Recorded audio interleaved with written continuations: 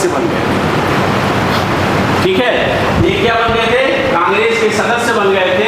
और जब, ठीक है, कांग्रेस में एक पार्टी होती है, भोज पार्टी होती है ना, साथ में सब लोग भोजन करते हैं। कांग्रेस के अंतर्गत भी ये, अब कांग्रेस क्या है? हमारा सबसे बड़ा संगठन है तत्कालीन समय में, सबसे बड़ा 1885 में जब से इसका निर्माण होता है, दिन प्रतिदिन इसके सदस्यों की संख्या क्या होती है? बढ़ती रहती है। और 1885 में जो 1885 में जो सिर्फ 72 सदस्यों के साथ शुरू हुई थी, वो कितने सदस्यों के साथ? सिर्फ 20 साल में, यानी कि 1905 में इसके लाखों मेंबर हो कांग्रेस में। ठीक है, और कांग्रेस के ये क्या थे? रामास्वामी नायकर सदस्य थे। और जब इन्होंने देखा कि कांग्रेस के भी अंदर क्या है, भेदभाव की प्रक्रिया विद्यमान है, भेदभाव कांग्रेस के अंदर भी हो रहा है, इन्होंने क्या कर दिया? कांग्रेस को तत्काल प्रभाव से छोड़ दिया, यानी कांग्रेस पार्टी से क्या कर दिया? त्याग पत्र दे दिया। और इन्होंने तमिलनाडु में क्या कर दिया? आत्मसम्मान आंदोलन की स्थापना की 1925। ठीक है,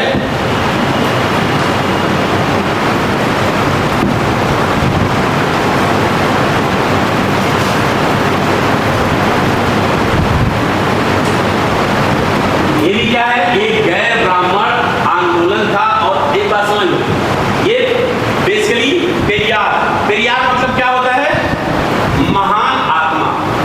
ठीक है, तो ये किसके सबसे अधिक, ये लोग किसके विरोध में थे? मनु स्मृति का नाम सुना है आपने? ठीक है, मनु स्मृति का नाम सुना है?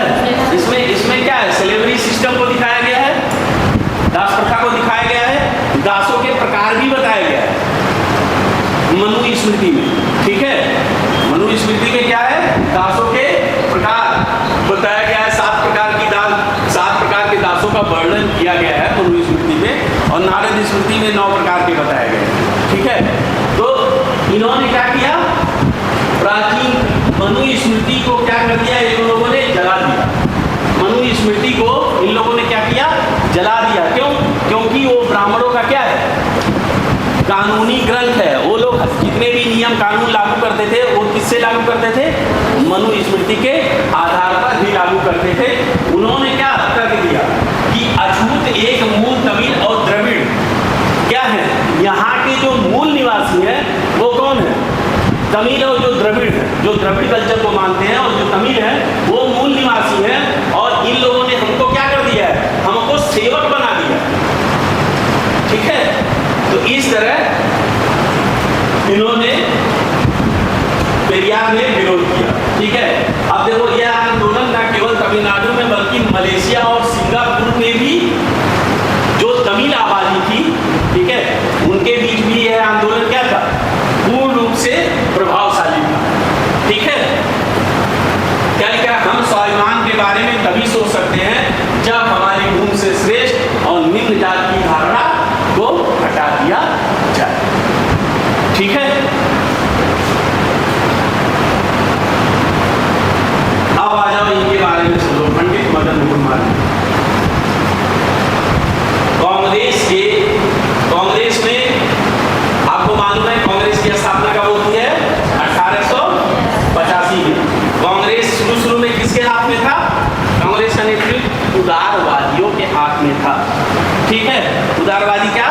बेहद सरल और सौम्य तरीके से क्या करते थे? अनुनय विनय करते थे। ठीक है, पत्रों के माध्यम से हफ्ते में एक दिन रखते थे, शुक्रवार शनिवार ऐसे कुछ दिन होता था, जिस दिन क्या करते थे? अपने प्रतिवेदन को गवर्नर जनरल के कमेटी के पास भेजते थे।